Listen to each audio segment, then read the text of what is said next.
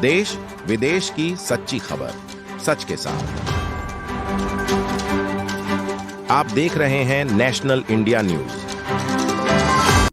माध्यमिक परीक्षा आज से शुरू हुई 2025 स्कूलों की माध्यमिक परीक्षा सीटें जो सुबह से ही यहां पर भीड़ देखने को मिल रही है।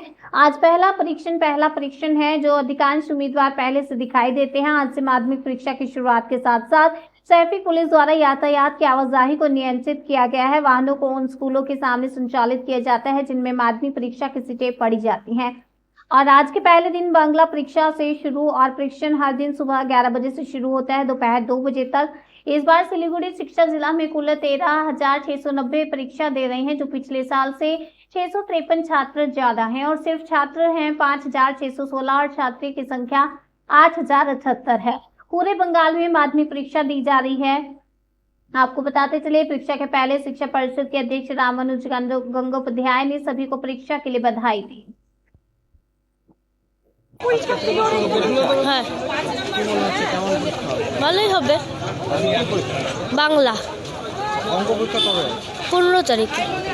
কেমন প্রস্তুতি হয়েছে? ভালো প্রস্তুতি হয়েছে। এখন কোশ্চেন পেপার জানে কি করব। নামটা? রিয়া সাহা। আপনার কি হয়? আমার মেয়ে।